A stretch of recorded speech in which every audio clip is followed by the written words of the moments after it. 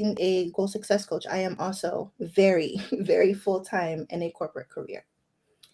So I created this panel series as a safe space for high achieving women who want to have honest, actionable conversations about creating success without continuing the cycle of burnout that we've all become accustomed to. Today's topic is the year end reset, how to let go of stress before 2026. And today I am joined by Dr. Nicole Gutierrez and Stephanie Lewis, and both of them bring a wealth of experience, insight, and real life strategies to this conversation. So, to get started, I want to have each of these wonderful ladies introduce themselves. So, Stephanie, would you like to go first? Absolutely. Thanks, Tameeka. Glad to be here and excited to be a part of this panel.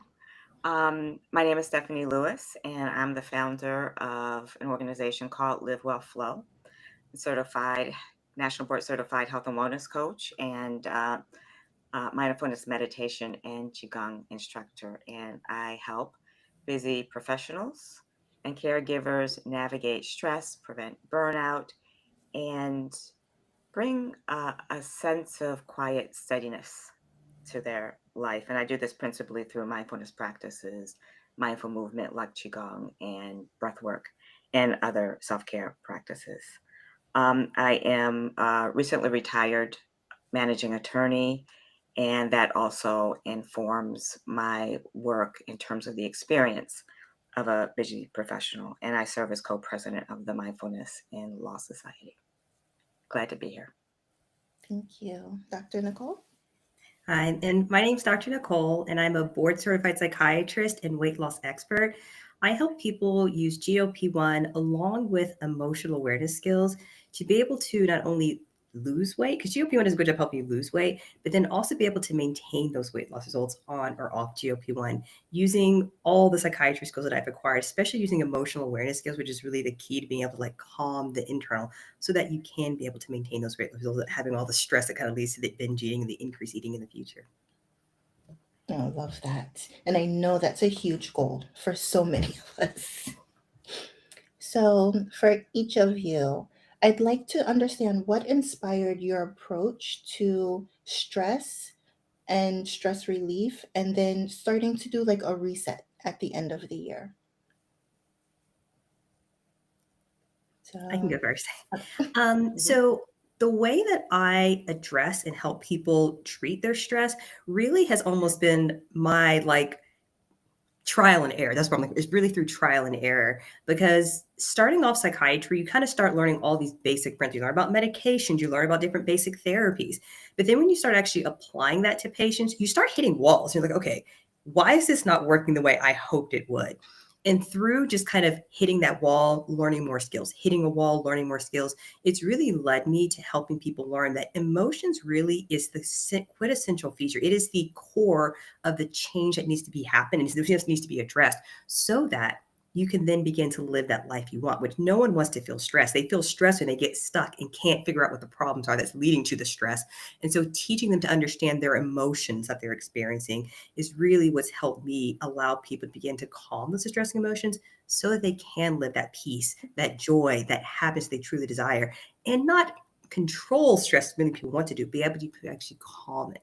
So that's really what's informed me and how I really got to this point. And then I've always loved exercise. So I actually started off in college being a personal trainer. I was a group exercise instructor even through medical school.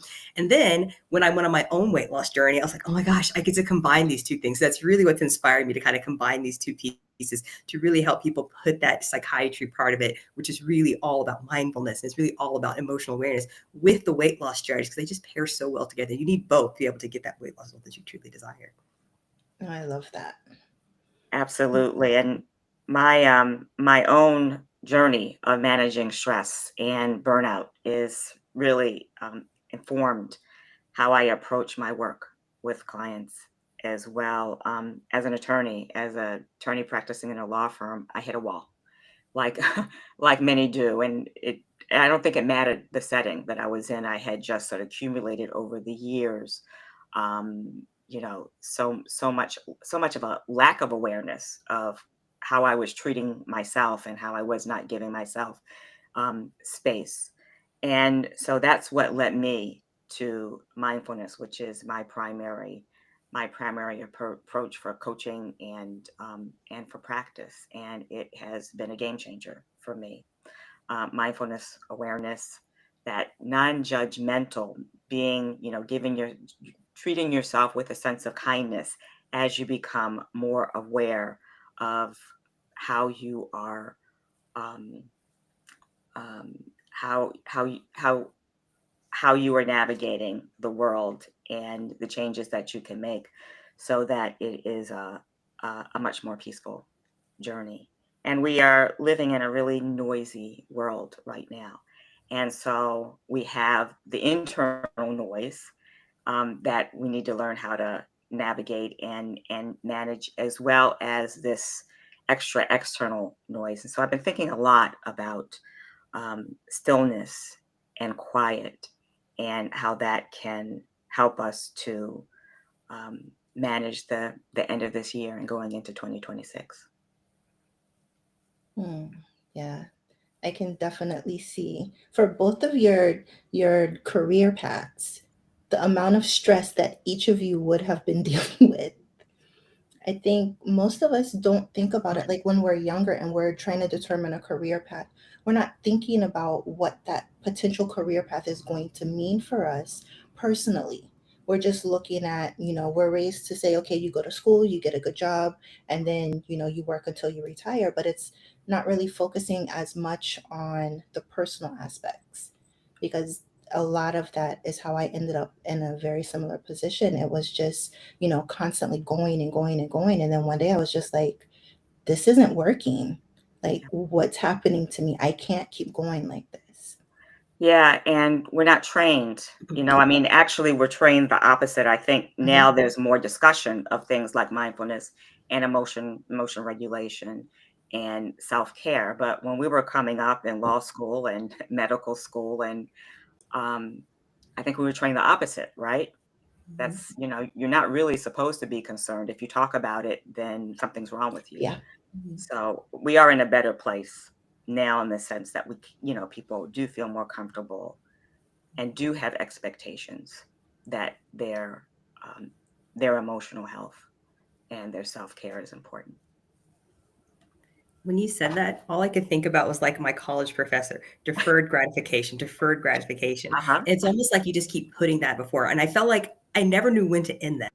In college, it was like deferred gratification, just get into medical school. Medical school was like, just get through this, just get through residency. And then when I started my first job, I was still in that deferred gratification because now you have student loan debt to pay for. Now we're trying to get established with just kind of Exactly. monetary and just kind of lifestyle. And it's just like, at what point in time do you allow yourself to bring awareness to like this almost rat race that you're constantly on, and kind of taking a step back and being like, wait a minute, when does deferred gratification truly end? Because honestly, even in retirement, you can still be reaching for things. But it's like I really had to take a step back and be like, when is it good enough?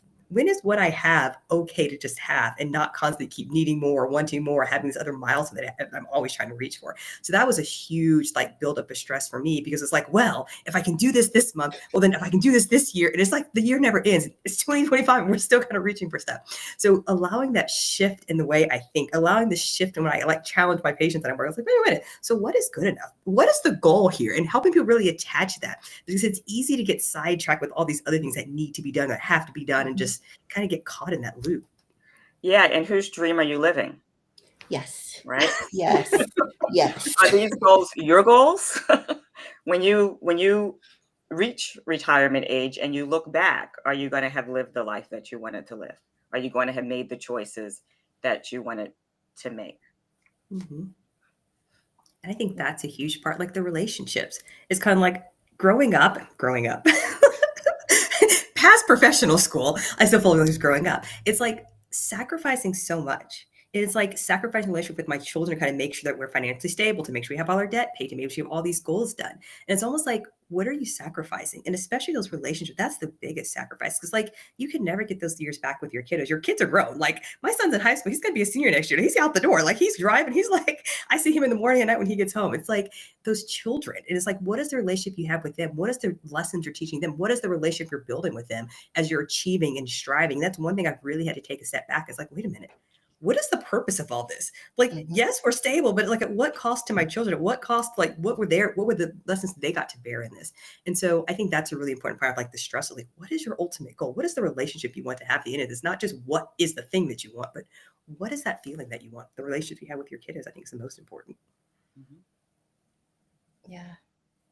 Yeah. That's a piece. So I don't have kids, but I've heard a lot of people say that. But it's always, like you said, it's always after the fact. It's always hindsight. It's always looking back like, oh, I wish I would have done this differently. But it's also saying it from the perspective of you did achieve some of the goals that you had. So it's trying to understand, I think earlier, what your goals are, not what other people's goals are for you, and what you want to achieve in your personal life, what those priorities are, what your values are, and how you can still achieve those while also achieving your professional goals. Mhm. There has to be a balance. And I think we're always taught to focus more on the professional goals because that's where the money is going to come from. And yes, we all need money. We need to survive. We all want to live comfortable. But at the end of the day, you also have to be happy with yourself. And you have to be able to continue actually doing that work because you need to pay your bills. It So, is definitely a balancing act. It is definitely yeah. a balancing act. And it's also interesting how I can see, like, I have my kids are 10 years apart. It's also interesting to see how I raised my son versus how I raised my daughter. My son, I've put a lot of that pressure that I had on myself onto him.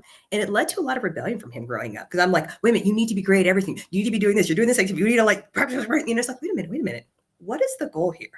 And so even my own transformation has really changed my relationship with him and how I parent him, and even so much different for how I parent my child, my younger child, my 10-year-old, she's 10 years different, but my 6-year-old. Because as I've reflected and kind of say, what is the actual purpose here? What is the actual goal? What is like, and so it's allowing myself to even change and reflect how it changes their relationship and how it changes their own perspective on themselves too, which is really important. Hmm. Yeah, and a lot of this is tied up in identity, right? Identity and ego. I mean, as I mentioned, I recently retired as an attorney. Much of my adult life was caught up in the identity of attorney, right? I retired earlier than I expected to take care of parents, or really my mom at this point. So now my identity is caregiver. I would never have guessed that, 3 years ago, that that was going to be my identity. And really, I should say my identity isn't caregiver. My identity is something separate from that too, right? Because that's going to change. But a lot of these decisions we make, I think, are also tied up in, um, I don't know if I'm saying this right, who we want to project ourselves to be to the world. Yeah. And we're making those decisions young. So, I mean, there's a cascade effect, right? Because student loans can drive decisions about the path that you Hmm. take. And, I was very proud. I had a young cousin. She made a choice for college,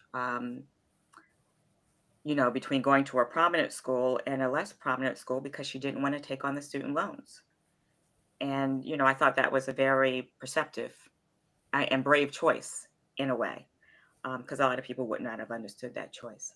Um, so, that's something, as, young people may want to keep in mind as they start making decisions that may, impact decisions that they make down the road. I Yeah. think that really gets into having someone who you really trust to guide you, someone who's kind of walked the path before you.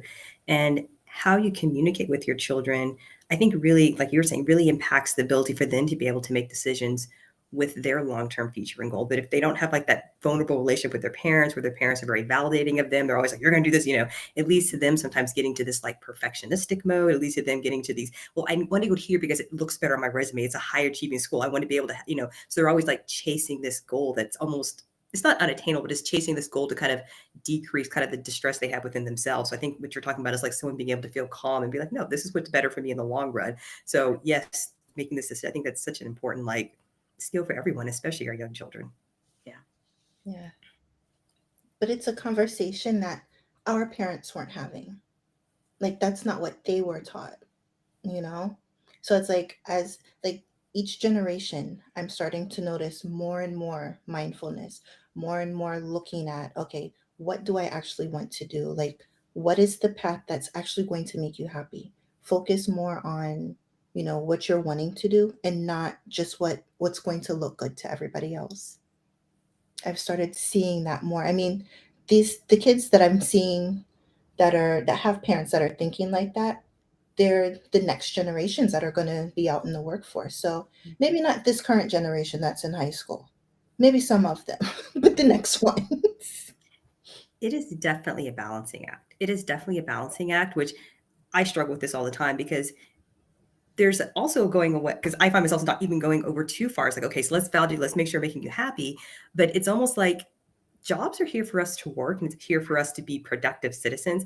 It's not always here, and so there's this balancing act that we're even trying to find with our children. It's like, I want you to have something that you enjoy, but sometimes work isn't fun. Sometimes we do things because there's what needs to be done. Yeah. And so it's trying to find that balancing act, which I don't have it perfect. Sometimes I'm way too far to the left, sometimes way too far to the right, but it's an interesting balance. I feel like kids of the 80s, I was born in the 80s, kids of the 80s, we were very much, our parents were like, this is what needs to be done. This is what's important. Do this.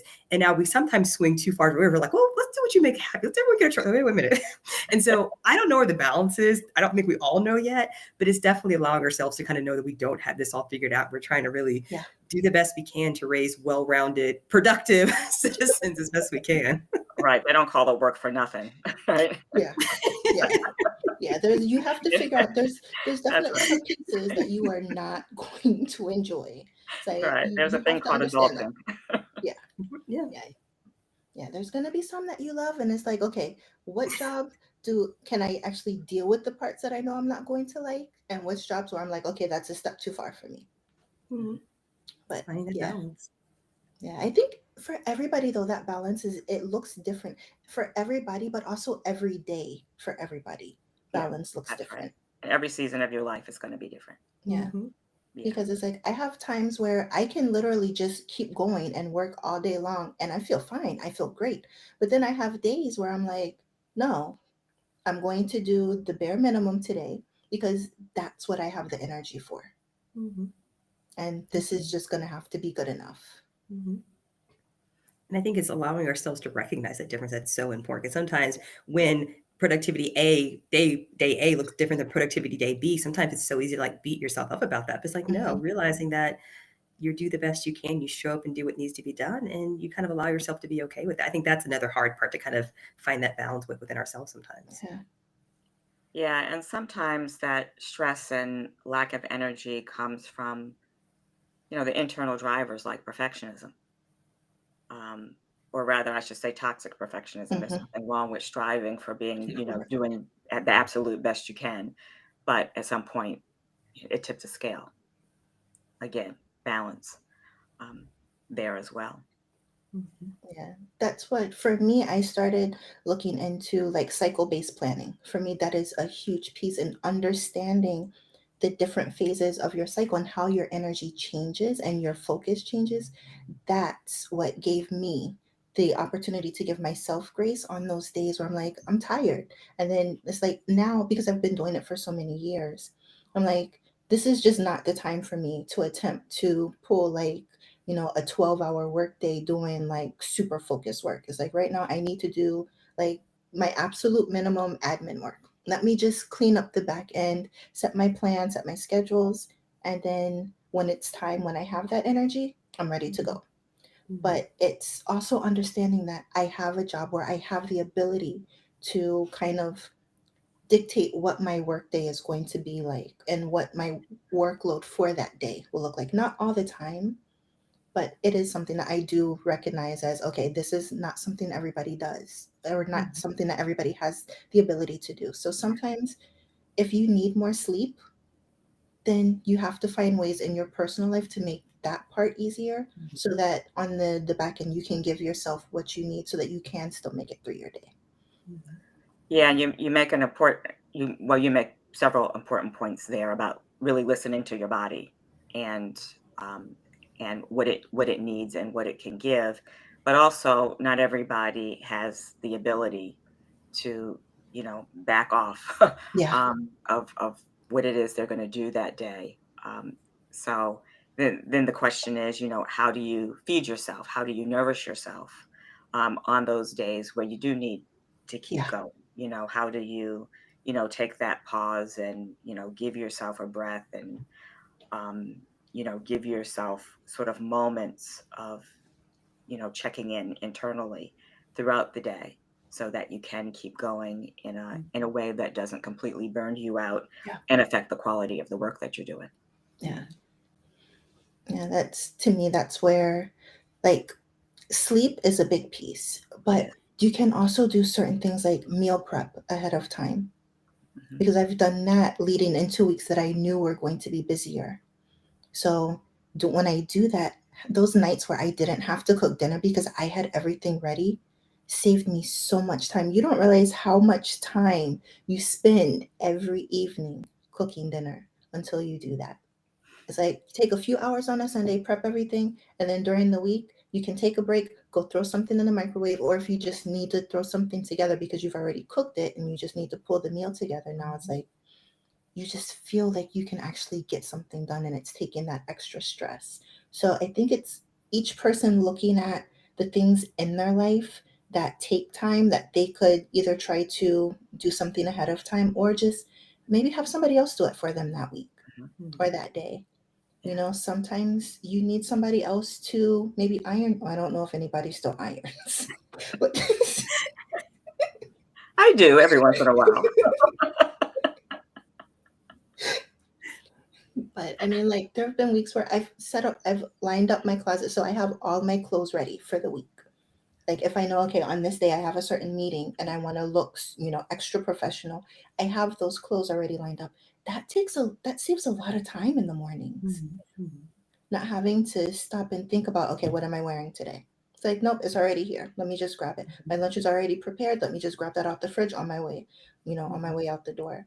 Dinner's already prepared. Now I'm not stuck trying to figure out what I'm going to make for dinner and having to make it and then having to clean it up. Yeah. And setting boundaries also is Yeah. another way of saving time. Determine where you're going to put your energy and your time. Can make Hmm. all the difference in the world. Yeah. Yeah. It makes a huge difference. So many times when it comes to stress, I feel like where people start to struggle is that they have good intentions, and then as more gets kind of put onto their plate, they start moving more into chaos, and then they're just kind of like everything is just chaotic, or they're just kind of doing one thing without the other. And so sometimes it's so important to help people kind of say, hey, let's help you take a step back and start reevaluating. So let's help you start writing things out and resetting your goals, because so many times people move into that chaotic state and nothing is getting accomplished. They're not getting the goals they want. They're not sleeping enough. They're not prepping enough. They're not monitoring their energy levels enough. And they're just like functioning on this like survival mode. And so many times it's about, like you just talked about, de-stressing by starting to just bring awareness to what you're experiencing so that you can then start to bring organization to your life and live that life that you want. So you can kind of monitor your patterns of behavior, monitor like seasonal patterns, your menstrual patterns, all these different patterns of life that affect your ability to function from time to time. Right. Right. Yeah. And the one thing I notice time and time again that really sabotages our ability to reach our goals is taking on too many things. And I think you were alluding to that, Dr. Nicole. I mean, when we're trying to reach a goal, trying to reach 4 or 5 goals at one time, right? As opposed to starting with 1 or 2 and taking baby steps and just building so that so it's not a shock to your nervous system and to your mind and body that you're trying to completely change your whole life. It's too much to ask. We ask too much of ourselves time and time again.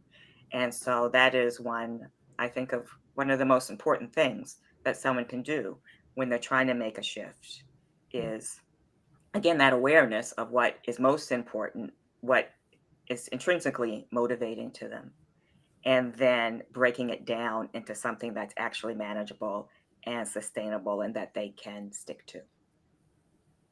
I really think that, especially this time of year, that can really be a huge thing as we're moving into the holiday season. You're trying to prep your home for visitors to be coming. You're trying to get food prepared. You're trying to be able to balance the income that's kind of coming in regarding all these increased expenses that are getting ready to come out. You're trying to make sure your kiddos are having a good experience. And so it's really hard, especially this time of year, to really start to balance all those pieces and kind of keep yourself like level as you're kind of moving to this holiday season. So, Yeah. Yeah, I think there comes a point where we have to understand that it's okay for us to allow ourselves to let certain things go. Because I think a lot of times people they'll have a goal and they get really excited for this goal, but as they start working towards it, they realize this isn't working out the way I want. But because they already set the goal, they're like, but I have to achieve it. It has to look like this. You're allowed to let that go. You're allowed to let go of what you originally thought. And if you need to drop that goal or just completely scratch it, that's also okay. And one thing that I love to tell people, and coming from a goal coach, they always seem surprised, but I'm like, if you're too busy, stop working on it for a little while. Do the other things that you need to do so that you can function, so that you're not constantly stressing yourself out trying to do all of that. Like you said, trying to host family, trying to plan for holidays, trying to do all the things and then still finding time to focus on a goal. To me, at that point, it's more important to use that time for mindfulness, use that time for self care because you're already stressed. Build in time for self care, and when you're ready, then you can come back to the goal. The goal will always be there, but take the time for yourself. Give yourself that quiet time, that space to understand what you're feeling and what's going to help you get to where you need to be. And then that's when you take action. Or not. Sometimes you just need to sit and stare at the wall for a little while because I've done that. I've had those days. That's one thing I love about combining like psychiatry, GLP-1, and like weight loss. Weight loss is a huge barometer for how your stress level is doing.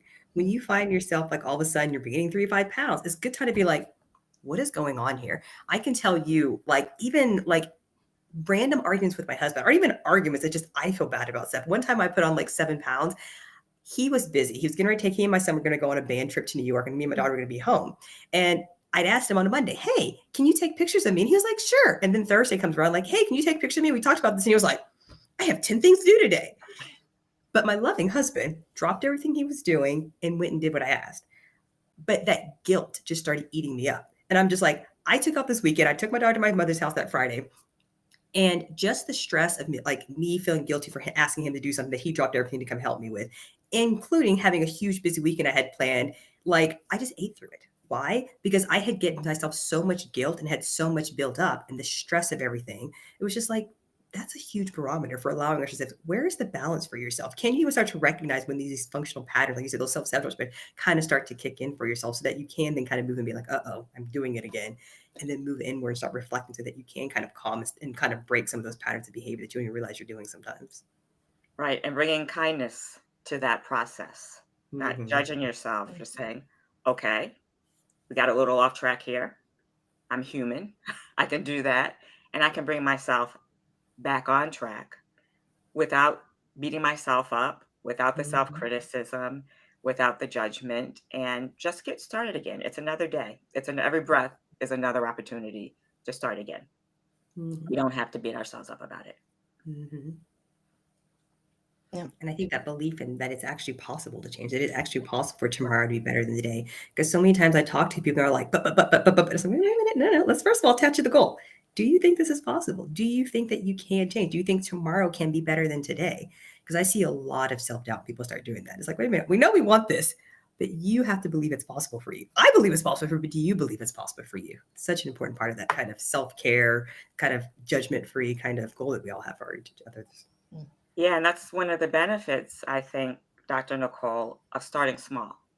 You may have a end vision in mind, but what you're looking at is the first step or Mm-hmm. the second step. So you're not, you know, you can do that. Picking the first step, you know, you can do that.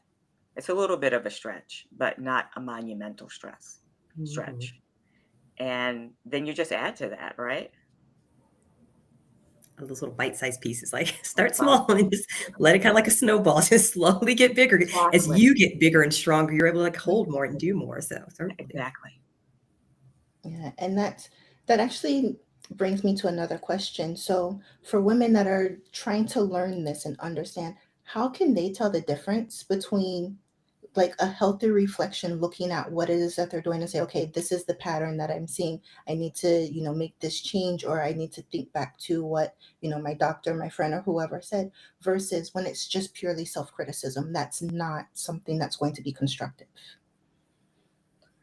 Yeah. Do you want to take that first or do you want me to? You can go first. Um, so The way I see the distinction is if we're talking about a healthy reflection, then we're really talking about we're looking at a particular circumstance and we're reflecting on, okay, what went well, what didn't go well. And it is not sort of this constant self-attack that goes off in multiple directions with your energy and your mind. And so it's really a shifting, a reframing. Um, if it's a healthy reflection, and it kind of reminds me of I remember I did a presentation once on my job, and there was something I didn't say quite right, and so this is something my boss taught me, and he said, that happens to everyone, and how about you focus on what you did well instead of what you think you did wrong, right? I mean, give yourself a break here, right? You're just a human being. And so that's an example, I think, of healthy reflection. Whereas what I was engaged in is, my mind was going back and forth. And what a lot of people don't understand is that your thoughts are not necessarily facts, right? I mean, there's all sorts of stuff going through your head. And so don't believe it all, right? Have some discernment, learn how Mhm. to have some discernment of what it is that you're going to attach your energy and your own belief to, and all that stuff streaming through. I think one of the things I also try to help people discern between like what's a fact versus kind of what is kind of the negative thoughts they're having is one, I think having reflecting to someone's really important because sometimes you're speaking, but not even aware of what you're truly saying. And so one thing I always try to help is like, let's start off with the facts of what's happening. If you're an attorney, the attorneys are going to be like, well, they upset because no. What are the facts of what just happened? Because we deal with facts. Where people also find themselves kind of getting a little off kilter and especially judging themselves negatively is when they put this big paintbrush everything. This person was mean to me. This person was bad. This person wronged me. So wait a minute. Let's talk about the specific action that was done. What did this person specifically say? Because this is where we start. So many times people kind of put this judgment on everything. I was like, this is a judgment. This is the emotion judgment speaking up. We only deal with facts. So you have to challenge yourself not to allow yourself to paint things with these big overarching things. They did this to me. They were mean to me. They bullied me. Wait a minute. What was the action they specifically did? Because when we have the action, then we can start identifying what was your feeling towards that action, because that's where change happens. We can't change their actions. We can't change these negative beliefs you have, but we can identify facts and identify your feelings so that we can then calm those distressing emotions you're feeling so that you can then make a decision that's aligned with your beliefs and what you want to happen. I like that. I feel like I talked about that at one point years ago. Like that was a practice that I said I was going to start. I may have started it, but I definitely forgot it. It's one that I can definitely see where I can bring that one back in. Yeah. Mhm. And it's Yeah. easy to fall back into that old pattern. It's Yeah. so easy because that's natural because the old pattern is very colluding. People support you. People are like, oh, yeah, they are bad. I can't believe they said that to you. But no one's really talking about what truly happened. And they're colluding with you, but not truly supporting you, which is, it gets really confusing. It gets really confusing because to do the other thing can also kind of be confrontational a little bit. People be like, oh, you're not supporting me. Oh, you're not believing me. But they did say that. It's like, yeah, they did something mean, but what was your response to that? How did you feel about that? Mhm. And so it can be challenging to have those conversations in a way that's like calming and soothing to the other person without kind of getting their guard up and making them feel defensive and making them feel like you don't believe me, you don't support me. So it's a very kind of it's a hard line to teeter sometimes or walk along. Yeah. Yeah. I love this discussion. There were two practices that I did during the course of my own mindfulness journey that made a tremendous difference for me. One is I came to the practice with I want to say a closed heart, so to speak, right? One that could be more open. And I spent a full year just engaged in loving kindness practices. And it was really transformational, just sort of extending well wishes to oneself and helping to, um, create different default pathways, right? I mean, we can change, our brain can change, called neuroplasticity. And Dr. Nicole could talk to you a lot more about that than we have time for, I'm sure. And so that made a difference in terms of how to switch from that unhealthy criticism to a more constructive criticism. And I also um, spent, I don't know how many months, just paying attention to my assumptions throughout the day. And it was incredibly eye-opening in terms of mindful awareness. And sometimes I'd have to go to a colleague and say, this happened, you know, and they're like, yeah, I think that's happening to everyone, and, you just sort of start to get a sense and build some compassion for yourself, the whole common humanity thing, and that Kristen Neff, um, a self, um, a self-compassion leader, thought leader, talks about. Um, so there are a range of practices that we can engage in. We can turn our job into, which is what I did. Like my job was my mindfulness practice, and really increase enormous awareness by just paying attention to little small things throughout the day. Mhm. I And I think love that's that. the key, is allowing yourself to bring awareness to what you're truly experiencing. I think that is the key to everything, because you can't make change. I tell people, you can't make change. You have no idea what you're truly experiencing. Right. We have like this, as we say in CPT, we have these rose-colored glasses on, but we have to help you be able to lift those glasses off so that you can see the world differently. And when you perceive things differently, that's when you start to interact with yourself differently. And that's when you start to interact with other people differently. But it's not until that perception changes that these experiences that you desire to have also start to change for you. Yeah. And I love that practice. A year of just kindness, and as much as I want to say that I want to incorporate that, I know myself well enough that I can maybe commit to 30 days. That's okay. And, but I'm That's like, I okay. still feel like if I do, like, even if I can just do the first 30 days, that gives me something. And it's like, you know what? I can do another 30 days. But I Yeah. love that idea, because you're right. It's like once your brain gets used to doing that, that can become your default. It'll Yeah. take time, but it can It become a takes time. It default. takes consistency. Right. And in the West, we have a problem with being kind to ourselves and wishing ourselves well. Mhm. And so for a lot of people, it's a really hard practice to engage in. And so, it's important to understand that what we're talking about are our general wishes of well-being to ourselves, right? Yeah. We're not saying, this is our experience right now. We're saying, may I be filled with loving kindness, right? May I be content and at ease. That doesn't mean right now you're content. May I be content and at ease in this world. And we can extend those wishes to others as well. And, you can pick your own phrases. You can, spend time creating your own loving kindness meditation or loving kindness practice, and seeing what works for you, what fits for you, so that you're not stretching too far as well.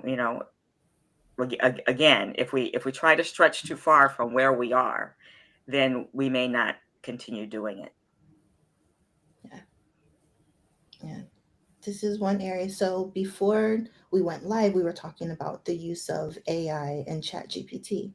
And I have seen, and I think I tried it a couple times. For me personally, it felt weird. Mhm. But there was a coach that I follow, and she was saying she was having a really rough time. And she went to Chat GPT, and she's like, okay, this is how I'm feeling. This is what's happening. What could potentially be the causes? And working through that, she ended up, I think, almost creating like a journal for herself, like journal prompts, and she was able to work through what she was feeling. And I feel like that's something that somebody could do if they have no idea, what kind of like affirmations or phrases to say to themselves. You can use AI, get some ideas, and then from there you can build something that would work for you. You can even, I'm sure, ask ChatGPT to give you like a meditation script that you could then record yourself saying and then listen to that, because I've done that before. And then I started recording like my own affirmations that I'm able to listen to. I will say this, it's very weird to listen to yourself recorded, but you get used to it after a while. I record meditations all the time. Okay.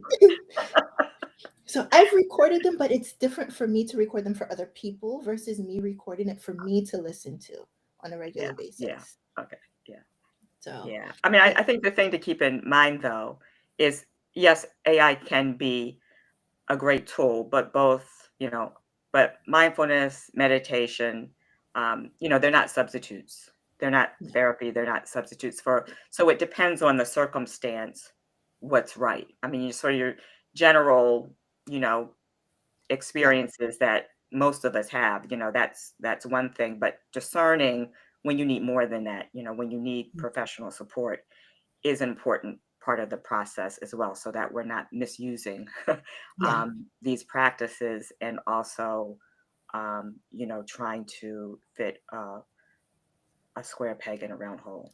yes, Mhm.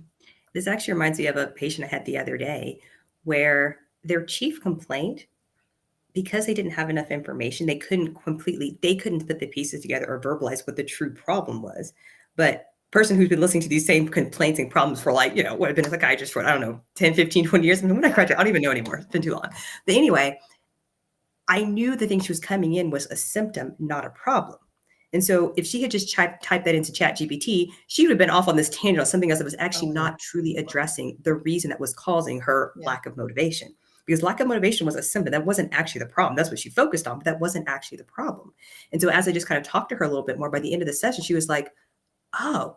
And so I definitely do think ChatGPT is a good tool when you have enough information to feed it so it can yeah, guide you. But if you're not feeding it the correct information, it can only take what it's given. It can't, as Stephanie said, it can't discern, it can't look deeper, it can't say, this is what you're saying, but your affect is not congruent with what you're actually yeah, saying. But when you mention this, oh, this is the problem. You don't see it as the problem, but now it's my job to help you understand why that is truly the problem, and then help give you the steps for how to fix that problem. Because then when they have a direction, then they can kind of fill in the details with like Chat GPT, be like, oh, okay, well, how do yeah, I, fill in, some of these missing pieces that I'm not quite getting now that you have a clear direction. I hear this all the time with like medical problems. They're like, oh, when I Googled this, they said I had cancer. I was like, no, you don't.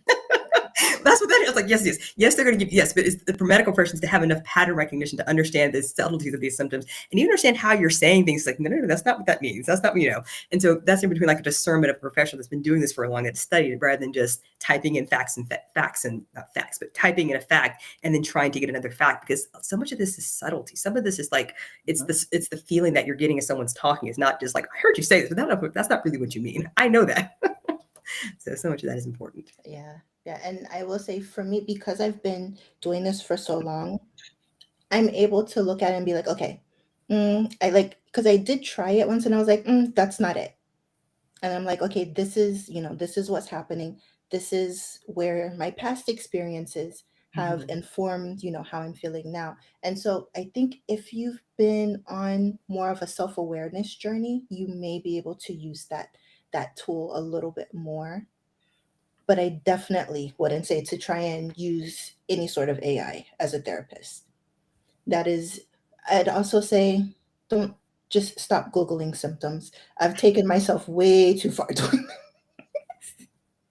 don't Google symptoms. Or if you do, just get an idea and be like, you know what? I'm just gonna call my doctor because that's what I've always ended up doing.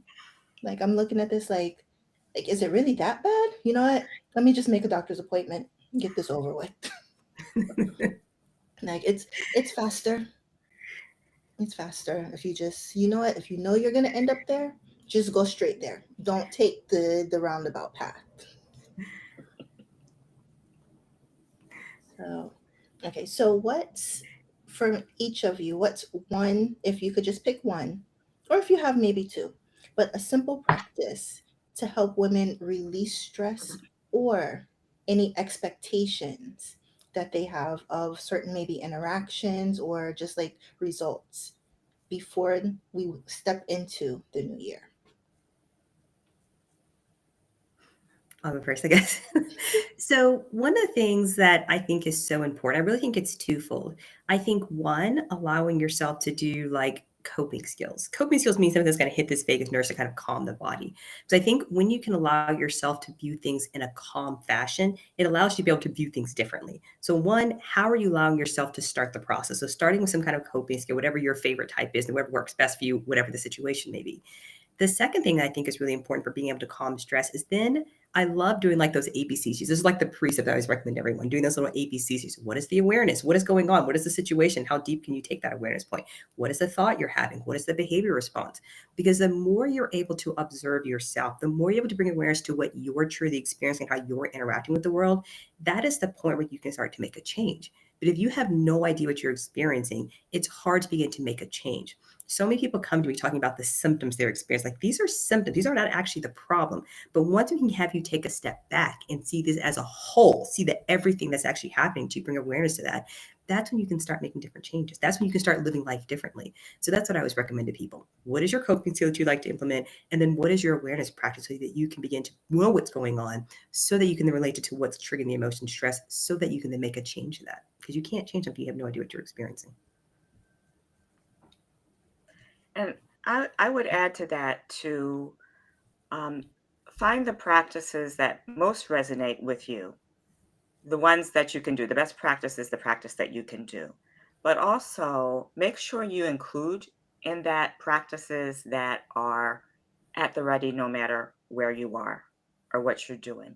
So really simple things. We like to make things really complex. It's the simple stuff that makes the most difference. Things like the extended exhale, right? You can do that anywhere. You're breathing in, let's say for a count of 3, and breathing out for a count of 6, or in for a count of 4 and breathing out. So you're activating the parasympathetic nervous system, that rest and digest response in the body. You can do that while you're sitting in a meeting. You can do that before a phone call. You can do that while you're standing in the grocery store line. You can do that while you're sitting in traffic, anywhere. Your breath is with you wherever you go. And there's a range of other breathing practices as well. And even before that, make sure you're breathing, right? We we don't realize how often we're holding our breath. And I was really shocked, when I first started taking training in breath work, that I was holding my breath far more than I realized. And when we're stressed, you may be doing that more than you think. And so checking in, just starting that awareness by checking in to whether or not you actually are breathing, how much you're holding your breath, and then integrating simple practices like the extended exhale, or I could, talk about a range of them, that you take with you wherever you are. I love that. And I have noticed recently the same thing with me holding my breath. I've Yeah. That's like the past couple weeks something I've started noticing. So it's interesting that you say that, because I don't understand why we do it. But I've noticed that it's like, okay, I need to take just a little bit of a deeper breath right now. Yeah, you'd be surprised how much tension in your body you can release by paying attention to your breath. If it's appropriate for you, belly breathing and so on and so forth can make a tremendous difference in how you feel. Yeah. And Dr. Nicole, you mentioned the vagus nerve. So this is something that I've been seeing all over the place, something I've been like really interested in trying to learn a little bit more about. Can you explain like what that does, and just different ways that you can actually use like techniques to try and help yourself calm down using that? So the vagus nerve is where your sympathetic nervous system is firing from. And so that is like we call the typical fight or flight response. And so when you're in fight or flight response, you can even extreme this as survival response. It's hard for your body to rationally think. It's hard for you to use your frontal lobe right here, because your brain is in response mode. It's in pattern recognition mode. And so in order to be able to change that, you first have to be able to calm down that sympathetic nervous system that's firing. And so there's a variety of different coping skills that you can do that target this vagus nerve. When I ask people, what is your most common coping skill? The most common thing I get is actually avoidance tactics. They're suppressing, they're avoiding, they're distracting themselves, whatever that technique may be, whether it's like, oh, I try to think about something else. I try to go do something else. I try to watch TV. I try to scan on my phone. I mean, they'll give a variety of like distraction techniques, which aren't actually coping skills. Coping skills, like I said, are things that are going to decrease the firing of the sympathetic nervous system. Something physical, whether it's a breathing technique, whether it's an exercise technique, whether it's a tapping technique, whether it's a PMR, I always call it PMR, but that's the medicine, PMR technique, something that's going to fire the body and get movement flowing so that your vagus nerve stops firing, so that you're moving more into moving from the sympathetic nervous system to the parasympathetic nervous system, so that you can then bring awareness to what you're truly experiencing. I love that. And I love that you You explain the difference between avoidance or distraction versus a coping mechanism, because I have always just kind of lumped them together. Mm-mm. But it's that makes a lot of sense. And I think looking at it from that angle, you can better understand what it can take for you to finally get to a point where it's like, okay, I can think straight again. Mm-hmm. Correct. So, okay, I've already known, put the phone down. But then again, there are times where I use my phone to help me, because I'll do like a 2-minute breathing exercise. Sometimes like I'll find a video on YouTube, or Mm-hmm. I'll listen to a meditation, or I'll do, like at work I listen to a lot of like binaural beats, and sometimes that's what helps me get through the day. Mm-hmm.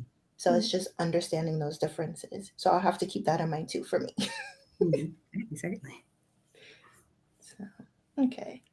And then, so what's a small reflection exercise that you would recommend to help women as they're, thinking through their stress for the upcoming holidays and what they want to carry into the new year?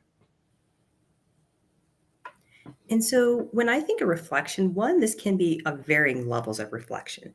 And so it really starts off, well, one, I think it starts with knowing where your level of ability to reflect internally is.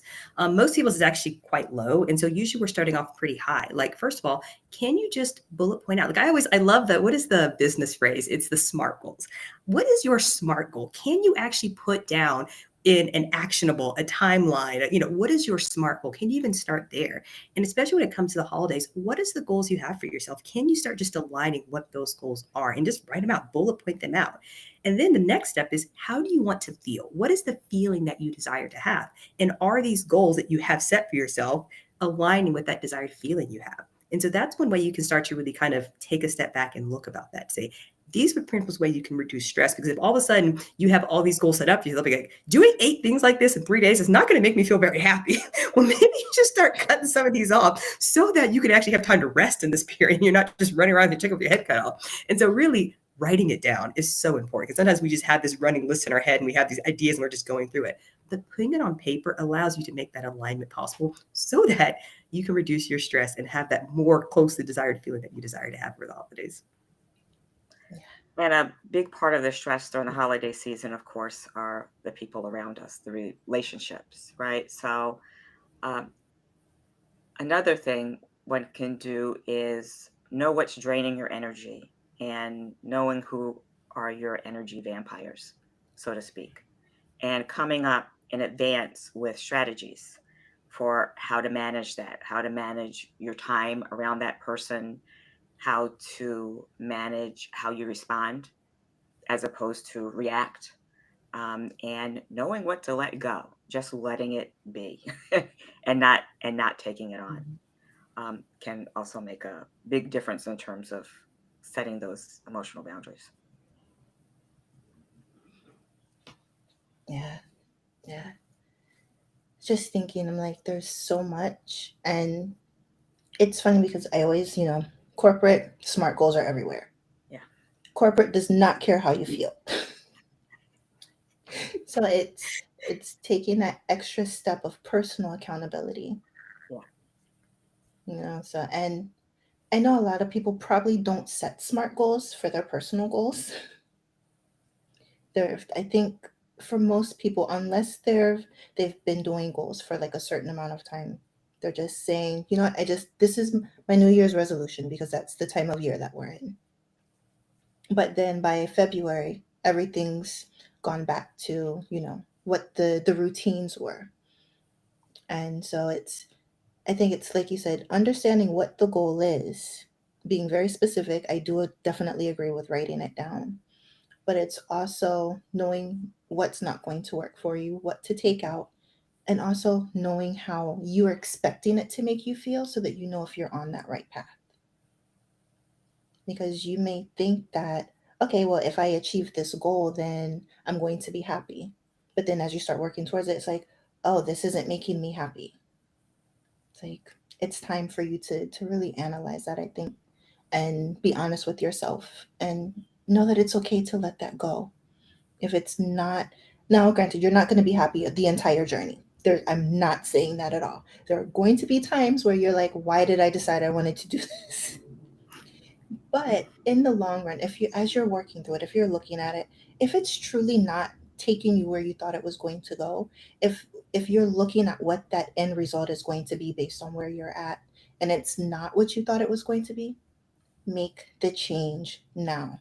Don't wait until you've spent like 5, 6 months being absolutely miserable and then being like, oh, well, I told myself I was going to do this. So I just have to keep going until it's finished. Then I can do something else.